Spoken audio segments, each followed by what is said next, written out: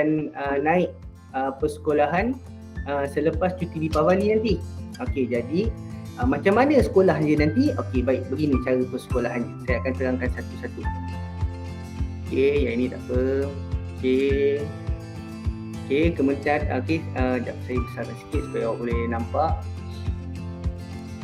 Okey, saya baca sikit pengenalan. Okey, Kementerian Pendidikan Malaysia akan telah mengumumkan pengoperasian sekolah mengikut fasa pendidikan, fasa di dalam Pelan Pemulihan Negara (PPN). Jadi kita akan bersekolah secara bersemuka. Sekarang ni pun kita bersekolah juga, tapi kita bersekolah secara dalam talian. Okey, tapi selepas ini kita sekarang dah masuk fasa 4. Jadi selepas cuti Deepavali nanti kita akan belajar secara bersemuka. Okey, jadi macam mana cara kita nak belajar secara bersemuka tu? Okey, seperti ini. Penggiliran ini nanti murid akan dibahagikan ke dalam 2 kumpulan. Okey. Siapa yang akan bahagikan kumpulan tu? Yang akan bahagikan kumpulan tu ialah guru kelas. Okey, guru kelas nanti akan bahagikan awak. Contohnya 50 kumpulan A, 50 kumpulan B. Okey, kumpulan A 50 orang, kumpulan B 50%, kumpulan B 50%. Contoh 5S ada 36 orang. Jadi kumpulan A 18 orang, kumpulan B pun 18 orang.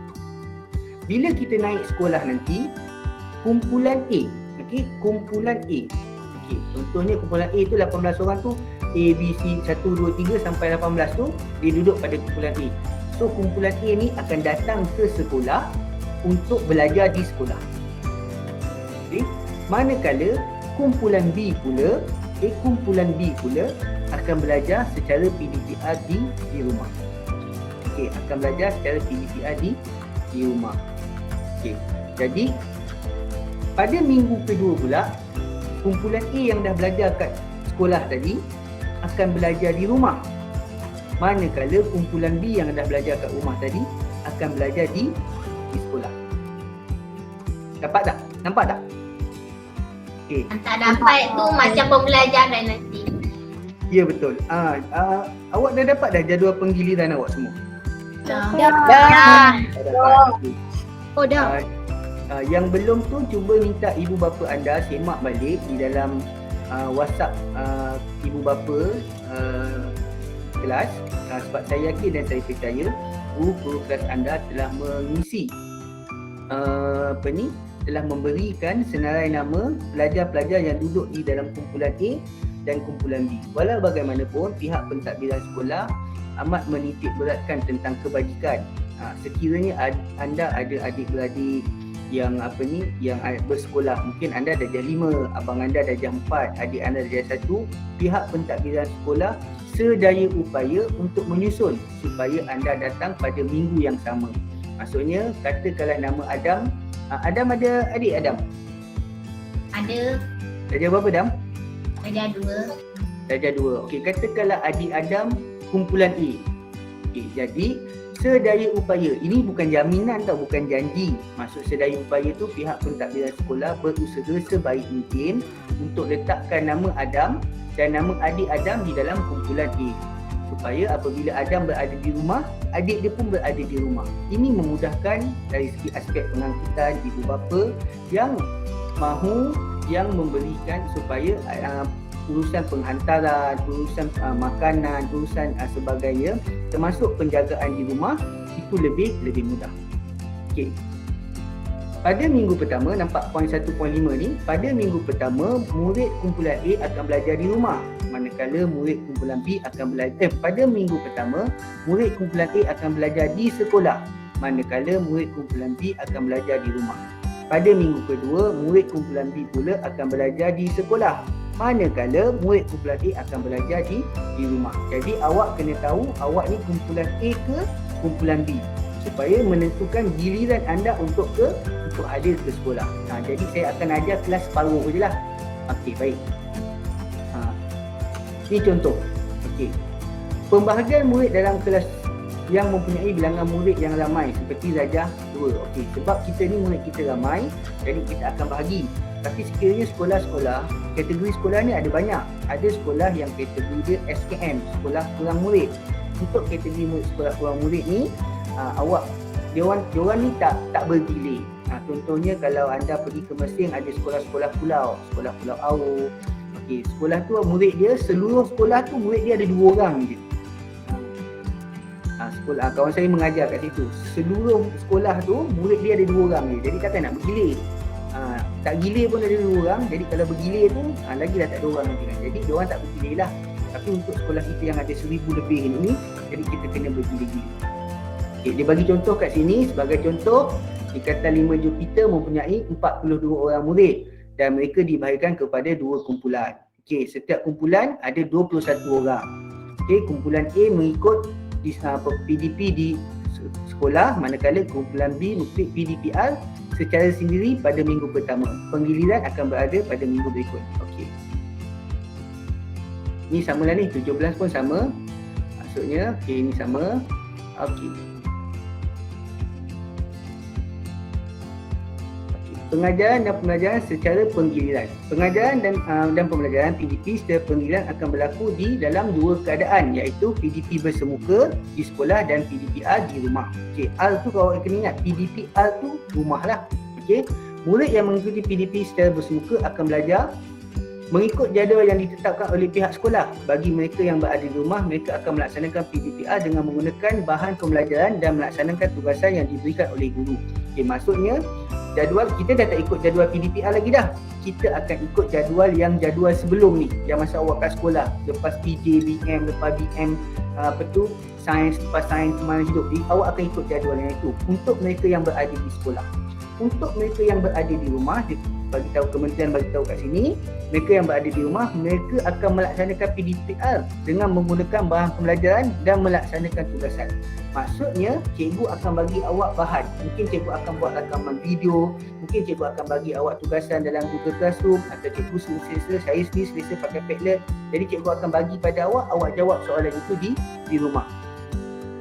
Dan tidak menggunakan medium Google Meet. Maksudnya, yang dekat rumah tu dia kena buat assignment lah, buat tugasan.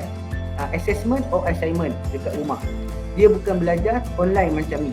Okay, faham Faham supaya nanti saya jelaskan benda ni, supaya nanti waktu yang saya takut nanti waktu saya tengah mengajar di sekolah untuk kumpulan A, kumpulan B tanya, cikgu mana link Google Meet? Okey, dia tak ada link Google Meet. Okey, maksudnya saya akan bagikan video, saya akan bagikan bahan. Jadi awak akan belajar berdasarkan bahan tersebut. Guru akan menetapkan kumpulan murid yang dalam giliran mereka hadir ke sekolah secara bersemuka sebelum sekolah dibuka. Okey, yang ni Google Class dah buat. Siapa-siapa yang masih belum mendapat jadual penggiliran tersebut, mohon ibu bapa mereka semak balik grup WhatsApp ataupun boleh tanya dalam pada grup kelas masing-masing. Okey, guru akan memaklumkan kepada setiap kumpulan murid tentang persediaan yang perlu dilaksanakan semasa mereka menjalankan PDPR secara sendiri atau bersemuka atau sebelum mereka hadir ke sekolah. Jadi pada PDPR yang terakhir nanti, pada PDPR Jumaat yang terakhir nanti, kumpulan A akan ke sekolah. Kumpulan B saya akan bagikan tugasan nanti. Mungkin saya akan bagikan tugasan, mungkin saya akan bagikan video, mungkin kita akan terus berkomunikasi dalam Google Chat kita untuk mereka yang berada di rumah. Macam biasalah, yang berada di rumah tu macam biasa. Macam jadual kita hari Khamis. Saya akan bagikan video, dan anda perlu menonton video tersebut, dan sekiranya ada tugasan, anda perlu buat tugasan. Kalau tak, sekadar tonton je lah video saya tu. Okey. Kakak ni faham Faham. Okey, baik. Seterusnya. Faham. Dia tak semua poin penting, tapi ada poin-poin yang agak penting lah.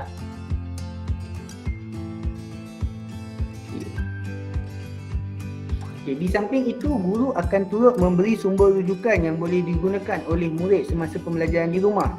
Ini membolehkan murid mengikuti aktiviti pembelajaran melalui TV pendidikan, rakaman video, pelantar delima serta sumberku. Okey, baik. Mungkin saya akan bagikanlah video ke, atau mungkin saya kata okey, boleh tengok TV pendidikan hari ni, tengok TV pendidikan pukul 8 dan tolong buat catatan apa yang anda belajar pada hari ini. Jadi siapa yang tengok tu dia bolehlah buat catatan. Okey. Guru juga boleh memberikan tugasan untuk murid membuat puspra, projek mudah, aktiviti amali mudah atau membaca buku, modul, buku teks dan nota. Tugasan ini akan disemak oleh guru apabila murid kembali ke sekolah pada minggu berikutnya. Okey, bila murid dekat kumpulan A, bila murid kumpulan A berada di sekolah, belajar bersemuka bersama saya, murid kumpulan B akan berada di rumah. Jadi mungkin saya akan bagikan tugasan untuk murid kumpulan B. Pada minggu berikutnya, murid kumpulan B pula akan berada di sekolah. Ketika itu saya akan tanya, okey, dah siap dah karangan? Dah siap dah buku skrip anda? Mana contoh catatan yang saya suruh anda tengok TV pendidikan tu? Okey, jadi ada minggu itulah anda akan tentukan, okey cikgu ni saya dah siap, cikgu saya begini yang ni, okey cikgu pada minggu lepas saya sebenarnya tak buat apa-apa. Pun sebenarnya saya pun tak pernah marah pun kalau awak tak buat apa-apa pun, yang penting anda datanglah sekolah dan hadir ke kelas. Okey, faham setakat ni Faham.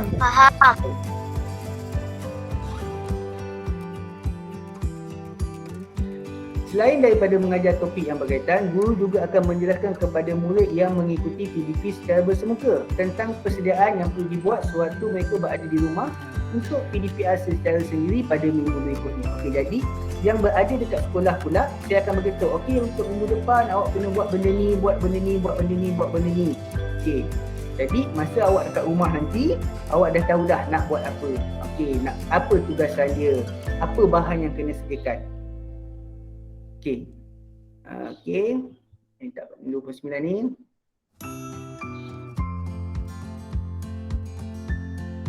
Okey. Ini tak perlu.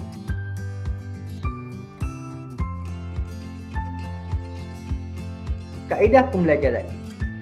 Murid hadir secara penggiliran mengikut minggu. Pada minggu pertama, murid kumpulan A hadir mengikuti PDP secara bersemuka dan mengikuti PDPR secara sendiri pada minggu kedua. Murid kumpulan B pula akan mengikuti PDPR secara sendiri pada minggu pertama dan hadir mengikuti PDP secara bersemuka pada minggu kedua. Kaedah pembelajaran secara bergiliran adalah seperti yang disebutkan dalam jadual. Ini yang saya terangkan tadi, saya dah terangkan. Kita tengok jadual.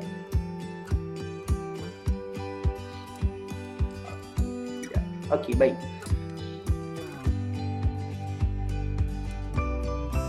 Okey, kumpulan minggu 1, kumpulan A, dia belajar di rumah. Okey, tengok jadual ni Okey, nampak jelas tak jadual ni? Ke kecil? Okey. Jelas. Kalau pakai PC jelas, tapi tak apa, saya besarkan sikit. Okey, cuba kita tengok jadual. Jadual ni. Kumpulan 1, okey, minggu 1, kumpulan A. Dia berada dekat sekolah. Dia belajar apa? Ni contoh Dia belajar pembelajaran, pemulihan, pengukuhan. Topik S campur T. Ni contoh. Katakanlah apa ni? S campur T. Okey. Contoh kata kalau dalam bahasa Melayu katakanlah kata kerja dah. Okey. Minggu pertama minggu 1 kumpulan A akan belajar kata kerja. Okey. Yang dekat rumah dia belajar pun kata kerja. Okey. Pun kata kerja. Okay. Minggu yang kedua yang berada di rumah tu dah pergi ke sekolah. Okey. Dia belajar apa? Kata kerja juga. Okey, dia masih belajar topik kata kerja, tapi dia kena bersedia untuk topik berikutnya. Katakanlah topik berikutnya apa? Kata nama. Okey, nampak tu persediaan topik U plus V. Maksudnya dia kena belajar untuk topik yang berikutnya. Manakala yang dekat rumah tu dia kena buat aktiviti pengukuhan untuk kata kerja tadi. Nampak tak macam mana? Maksudnya walaupun anda berada di rumah, anda akan belajar topik yang sama dengan mereka yang berada di sekolah. Okey, faham Bukan belajar benda yang lain tau. Belajar masih benda yang sama. Tapi mungkin aktiviti itu berbeza. Mungkin dekat sekolah mereka belajar pengukuhan atau mereka buat pembelajaran, tapi mungkin yang dekat rumah dia buat persediaan, mungkin bacaan nota dulu dan sebagainya. Bila mereka dekat sekolah, mereka dah boleh buat latihan dan persediaan, tapi yang dekat rumah buat aktiviti pengukuhan. Okey, begitulah seterusnya sampailah sekolah akan bercuti. Okey.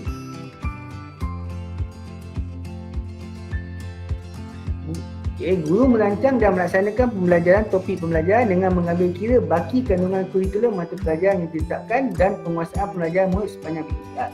Saya akan ajar nanti apa yang belum saya ajar lagi. Saya akan ajar anda semua apa yang belum saya ajar. Maksudnya kita ada beberapa topik lagi yang belum selesai, kita akan selesaikan, dan penguasaan pembelajaran murid semasa PDPR. Jadi nanti saya akan buat, mungkin kita akan tengok, rupanya Adam dia masih belum menguasai ayat songsang dan ayat biasa. Jadi mungkin kita akan belajar balik benda tu. Mungkin 5G dia masih belum menguasai karangan, mungkin sebab dah lama sangat tak buat karangan. Jadi karangan itu kita akan belajar balik. Walaupun kita saya dah ajar dan kita dah belajar bersama-sama benda tu. Jadi oleh sebab kita ada, maksudnya penguasaan pembelajaran tu masih berada pada tahap sederhana, maka kita akan belajar balik. Jadi anda tak perlu terkejut lah, cikgu benda ni kami dah belajar dulu, kenapa cikgu ulang balik? Sebab apa? Penguasaan pembelajaran sepanjang PDPR itu mungkin anda tak faham dan sebagainya. Jadi saya ulang balik semula pembelajaran tersebut. Dapat Faham Faham. Faham. Bagi pelaksanaan PDPR secara sendiri, murid boleh diberikan apa? Latihan atau tugasan bagi topik yang telah dipelajari semasa PDP di sekolah. Satu, tugasan untuk membuat persediaan bagi topik yang akan dipelajari pada minggu berikutnya. Maksudnya, bagi murid yang berada PDPR kat rumah ni, mungkin saya akan bagikan senarai-senarai bahan rujukan atau senarai-senarai pautan. Mungkin saya akan senaraikan 3 atau 4 laman web. Terus saya kata tolong baca dan tolong isikan, buat catatan ringkas. Sama ada awak print ke, awak tulis kat dalam Padlet pun tak ada masalah. Jadi itu sebagai persediaan. Maksudnya katakanlah saya nak ajar awak tentang ayat pasif. Saya pun bagi awak 2-3 pautan laman web. 2-3 pautan laman web, anda kena baca sendiri dan mungkin anda kena buat nota sendiri. Jadi bila anda sampai dekat sekolah nanti, saya akan tanya, okey semua tunjukkan saya mana catatan, mana nota anda yang telah saya berikan. Sebenarnya mungkin bagi sekolah, bagi di peringkat sekolah, perkara ini baru lagi lah untuk kita belajar begini. Tapi saya masih tengah sedang menyambung pelajaran. Lecturer pensyarah saya biasa dah buat macam ni. Dia bagi saya 2-3 link. Kami satu kelas, dia bagi 2-3 link kan. Dia kata tolong baca jurnal-jurnal ni semua. Nanti untuk next class nanti kita akan debate, kita akan bahaskan tentang apa yang telah anda baca. Biasanya bukan 2-3 link lah. Biasanya lecturer saya akan bagi sekurang-kurangnya 10 atau 20 link. Jurnal bahasa Inggeris, dia suruh baca dan nanti dia kata present dalam kelas. Jadi mungkin saya akan buat benda-benda yang sama lah. Pengalaman saya belajar dekat peringkat universiti, mungkin nanti saya akan aplikasikan, adapt nanti dekat dalam pembelajaran kita. Boleh macam tu Maksudnya kalau saya bagi link, awak buka, baca, nanti awak buat catatan ringkas. Boleh? Nakib boleh Nakib? Nakib? Boleh ke tak Nakib? Gosok hidung. Okey, seterusnya. Murid yang melaksanakan PDPR secara sendiri boleh belajar mengikut kesesuaian mereka. Ibu bapa penjaga murid boleh membuat jadual seperti jadual 2 sebagai salah satu cara untuk PDPR secara sendiri. Okey, contoh. Ni contoh jadual. Katakanlah anda berada pada sekolah rendah tahap 2. Sebab apa? Anda darjah 5 kan? Okey. Waktu pertama 3 mata pelajaran. Hari pertama 3 mata pelajaran. Tu 01 tu hari Hari pertama 3 mata pelajaran. Hari kedua pun 3 mata pelajaran. Hari keempat 3 mata pelajaran. Hari kelima pun dan kelima 1 mata pelajaran. Jadi untuk mereka yang berada di rumah, mereka tak perlu ikut jadual dekat sekolah. Contoh, katakanlah jadual dekat sekolah pukul 7.30 hingga pukul kita start kelas berapa? 7. Katakanlah 7 hingga 7.30 perhimpunan. 7.30 sampai pukul 8. 7.30 sampai pukul 8. Katakanlah 7.30 sampai pukul 8 tu perhimpunan. Korang tak payahlah berdiri kat tepi rumah tau. Sebab korang kat rumah. Tiba-tiba tengok ramai-ramai berdiri tepi rumah. Tak pasal pula duduk di tepi rumah. Hari ni dekat dalam jadual perhimpunan. Jadi korang janganlah buat macam tu. Terkejut orang tengok pagi-pagi duduk berdiri tepi rumah, berdiri tegak. Ni mesti kat sekolah tengah nyanyi lagu sekolah pun korang menyanyi lagu sekolah. Tak payah. Yang kat rumah tu pandai-pandai uruskan jadual sendiri. Okey. Satu hari mungkin boleh 3 mata pelajaran atau 2 mata pelajaran. Ataupun mungkin anda boleh buat jadual. Anda dah boleh rangka jadual anda sendiri ketika berada di rumah.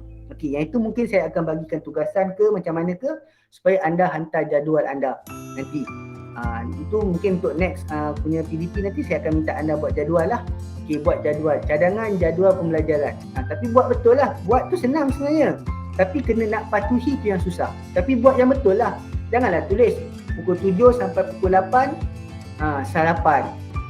8 hingga 9 minum pagi. 9 hingga 10 persediaan makan. Bila nak belajarnya? Jadi buat betul. Mungkin bangun pukul berapa? Bangun pukul 6. Kalau boleh bangun macam anda nak pergi sekolah lah. Bangun pukul 6. Janganlah bangun macam anda kat rumah. Kelas pukul 9, bangun 8.50. 10 minit awal je bangun. Kalau boleh bangun waktu ikut macam anda kat sekolah. Selepas itu, sekejap saya nak ambil kehadiran. Saya takut lupa ni. Okey. Boleh buat satu hari mungkin satu 3 mata pelajaran. Okey, mungkin BM, DI, matematik. Okey, BM, DI tolong asingkan kalau anda buat jadual bahasa Melayu dan bahasa Inggeris dua-duanya adalah subjek bahasa. Sebaik-baiknya asingkanlah subjek tersebut. Matematik dan sains pun asingkan supaya kurang sikit anda rasa macam terbeban. Okey, ini cadangan yang diberikan oleh kementerian. Jadi mungkin lepas ni boleh buat jadual sendiri. Okey, baik. Seterusnya, tapi yang berada di kat sekolah, dia kena ikutlah jadual sekolah. Perhimpunan, PJ, bahasa Melayu, matematik, sains, kemahiran hidup, pendidikan seni tu dia kena ikut. Cuma yang dekat rumah tu lebih dalam bahasa Inggeris kita panggil fleksibel. Dalam bahasa Melayu kita panggil luwes. LUWES. Maksudnya fleksibel lah. Fleksibel tu sebenarnya bahasa Melayu dah. Tapi dia adalah kata pinjaman daripada bahasa Inggeris. Bahasa Melayu kita panggil US. Okey. Di samping ya. Maksudnya macam kumpulan A ni kalau dia pergi sekolah jadual dia jadual yang cikgu bagi. Kalau bila dia minggu yang ketiga tu dia duduk minggu yang kedua tu kan dia duduk rumah. Maknanya dia guna jadual yang cikgu bagi ke atau buat sendiri? Okey. Kumpulan A dia akan pergi ke sekolah, dia ikut jadual sekolah. Kumpulan B dia belajar di rumah, dia kena ikut jadual yang dia buat sendiri dekat rumah. Sebab tu kena belajar pengurusan masa, kena ikut jadual. Jadi kena follow lah jadual tu yang anda buat sendiri tu. Jadi anda pun dah besar, dah umur pun dah 11 tahun, jadi dah boleh menguruskan masa sendiri. Boleh Husna menjawab soalan? Boleh. Okey, baik. Di samping itu, aktiviti seperti menonton rancangan TV pendidikan, rakaman video, mencari maklumat dalam pelantar delima atau sumberku, membuat buku skrap, projek mudah, aktiviti amali mudah atau membaca buku modul, buku teks nota boleh diberikan kepada murid. Okey, jadi saya kata okey baik, tolong tengok TV pendidikan. Tu dikira belajar walaupun tengok TV. Netflix tak kira Netflix tak kira. YouTube pun saya boleh kira lah kalau tengok YouTube saya. Tengok YouTube saya banyak. Saya punya bahan-bahan pembelajaran kat channel YouTube saya. Jangan lupa subscribe, like dan komen. Gratis guys. Okey. Nanti iklan. Jadi boleh boleh tengok TV pendidikan boleh. Okey, boleh betul buat. Tapi saya akan minta awak buat catatan lah. Takkan tengok saja. Kena ada catatan. Apa yang anda belajar hari ni, tulis lah. Okey, mungkin nanti saya akan bagi format catatan. Hari ni awak buat apa? Hari Isnin, berapa hari bulan? Apa anda, okey, saya betul dekat situ aktiviti TV pendidikan. Apa yang anda belajar? Saya belajar membina ayat. Sudahlah, itu je lah. Ringkas sahaja. Okey, hari ni, hari kedua yang kat rumah tu dia buat apa? Dia buat, katakanlah, mencari maklumat mengenai kata kerja. Okey. Lepas tu senarai laman web. Maksudnya laman web apa yang awak buat tu. Nanti format tu saya akan bagikan. Tapi tak payah risaulah, saya tak akan kita dah tak ada menulis ni. Yang kat rumah ni tak payah menulis. Kita buat online, digital semua. Nanti saya akan bagikan Padlet, awak isi je dalam Padlet tu, senang. Okey, saya pun tak susah nak tanda, awak pun tak payah nak tulis. Okey, seterusnya. Nur Azrina binti Nikmat ni siapa? Kalau tolong pakai ID delima. Okey, seterusnya Sikit lagi. Okey, kaedah pentaksiran. Sepanjang tempoh pengoperasian PBD secara penggiliran, guru akan melaksanakan PBD bagi mendapatkan maklumat. Maksudnya walaupun kita belajar secara bergilir, PBD itu masih berlangsung. Okey, guru secara berlangsung. Saya boleh buat PBD, tengok 4.3 ni secara pemerhatian, penulisan dan lisan. Sebab tu penting nanti saya akan buat, okey, saya akan buat dekat dalam satu Padlet saya tentang apa yang anda belajar pada hari ini. Yang kat sekolah tu tak apalah, saya boleh tengok yang kat sekolah tu, yang kat rumah tu. Jadi yang kat rumah tadi, dia akan ada catatan saya. Catatan awak lah. Contoh, Raja Amiruddin. Hari ini dia buat apa? Carian maklumat berkenaan dengan kata kerja. Carian maklumat berkenaan dialog muka surat 169. Okay, jadi dia tulis kat situ. Jadi pada situlah saya boleh menilai tahap anda. Apa yang anda belajar hari ni? Saya belajar tentang pembelian tanpa tunai menggunakan laman Maybank. Okey, jadi saya tahulah anda belajar sesuatu. Jadi saya boleh bagilah point ataupun markah-markah ataupun apa sahaja yang boleh menunjukkan bahawa anda faham tentang PBD anda. Dapat Faham setakat ni? Jadi jangan ingat walaupun anda dekat rumah, anda tidak melakukan aktiviti PBD. Cuba buat sekurang-kurangnya satu aktiviti lah. Sama ada tengok TV pendidikan ke, cari maklumat ke, buat catatan ke, tak kisah. Okey. Seterusnya, yang ni tak penting. Okey, ni tanggungjawab pengetua, guru besar tak payah. Okay. Sebab korang bukan pengetua, bukan guru besar, tanggungjawab guru pun bukan. Okay, sebab korang pun bukan cikgu. Tanggungjawab murid. Kita tengok tanggungjawab murid. Nombor 7 ni, tanggungjawab murid. Murid yang mengikuti PDP, pengajaran dan pelajaran secara penggiliran. Ini maksudnya kumpulan B hadir bergilir-gilir. Apa tu secara penggiliran? Secara penggiliran ni maksudnya semua orang lah, semua orang yang akan bergilir ni. Hadir bergilir-gilir mengikut minggu dan mengikut jadual waktu yang disediakan. Okay, jadi maksudnya kumpulan A datang sekolah, kumpulan B dekat rumah. Mendapatkan bahan tugasan dan penjelasan daripada guru mata pelajaran untuk PDPR secara kat rumah. Yang kat rumah tu mesti jelas dia nak buat apa. Dia dah tanya cikgu minggu ni saya kat rumah, saya nak buat apa. Kalau cikgu tu senyap je, maksudnya tak payah buat apa-apa dah tu. Cikgu tau, tak adalah cikgu yang senyap. Mana ada cikgu senyap kan? Cikgu kat 16.2 ni bagus-bagus. Yang senyap tu mungkin cikgu dekat mungkin dekat Bosnia Herzegovina, dekat Khurasan ke, tak tahulah. Okay. Jadi anda dah dapatkan maklumat. Untuk kelas saya, tolong sentiasa rujuk dashboard Padlet saya dan tolong sentiasa rujuk kita punya Google Chat. Okey, yang dua tu je saya minta tolong tengok. Tolong tengok Google Chat kita, tolong tengok kita punya dashboard Padlet. Orang yang mesti rumput ni time ni lah nak mesti rumput. Semalam dia tak nak mesti rumput. Time aku tak ada kelas, time aku ada kelas ni lah dia nak mesti rumput. Okey. Merancang masa belajar untuk menyelesaikan tugasan yang diberikan oleh guru. Yang ini saya kata tadi, anda kena buat jadual. Okey, maksudnya BM nak belajar pukul berapa? Oh, BM senang. Saya nak belajar daripada pukul 8 pagi sehingga 1 petang. Tak boleh lah. Kena ada 2 atau 3 subjek. Hari ni saya nak belajar BM, saya nak belajar matematik, saya nak belajar sains contohnya. Kena ada jadual yang jelas. Okey, nanti saya akan minta anda buat jadual sendirilah. Mungkin saya akan bagi contoh. Anda boleh buat sendiri, anda boleh buat cantik-cantik lah. Nanti kita akan buat dalam bentuk Canva nanti okay? Jadi dah siap cantik nanti boleh print. Satu bagi kat mak, satu bagi kat ayah, satu boleh tampal kat peti ais, satu boleh letak kat TV, satu boleh letak kat bilik tidur. Jadi ke mana-mana anda pergi, anda akan nampak jadual tersebut. Oh, buka peti ais, oh hari ni sekarang kena belajar BN. Tutup peti ais, oh lepas ni kena belajar bahasa Inggeris.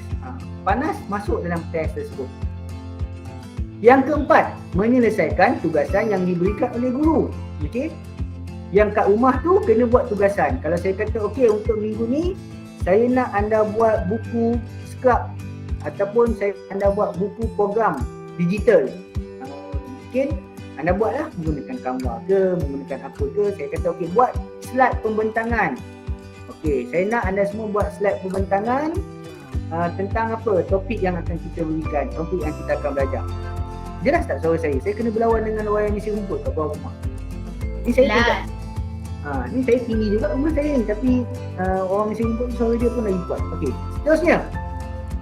membuat persediaan untuk PDP secara bersemuka di sekolah. Jadi bila saya dah bagi tugasan, yang kumpulan B tu dah belajar kat rumah, dia kena buatlah tugasan tu sebagai persediaan untuk pergi ke sekolah. Jadi janganlah nanti masa pergi sekolah blur je. Cikgu ada bagi tugasan ni. Cikgu ada ni tak tahu pun. Okey, tak apa tak tahu saya dish dia. Okey. Yang kelima, membuat persediaan. Seterusnya. Okey, ni tanggungjawab ibu bapa. Tak payahlah ni. Ibu bapa anda semua bertanggungjawab. Okey, penutup. Penutup ini tak payah bacalah. Okey. Jadi setakat ni jelas tak macam mana kita nak belajar bergilir-gilir nanti, penggiliran nanti? Jelas. Jelas. Okey, jelas Jelas. Okey, baik. Ya saya. Ada soalan ke? Cikgu, kalau saya dah terdelete Google Chat tu macam mana nak masuk balik? Macam mana nak masuk balik? Awak delete dekat mana? Dekat phone sendiri. Dekat? Handphone. Install je lah balik. Tak ada masalah. Pergi dekat Apple App Store ke, pergi dekat Play Store ke, install balik. Tapi masa nak masuk ni, masuk guna ID delima hanya ID delima saja boleh masuk. Oh, okey. Okey, baik. Jadi sentiasalah rujuk Google Chat kelas kita, sentiasa rujuk saya punya dashboard. Okey, dashboard saya yang mana? Okey, sekejap saya tunjukkan.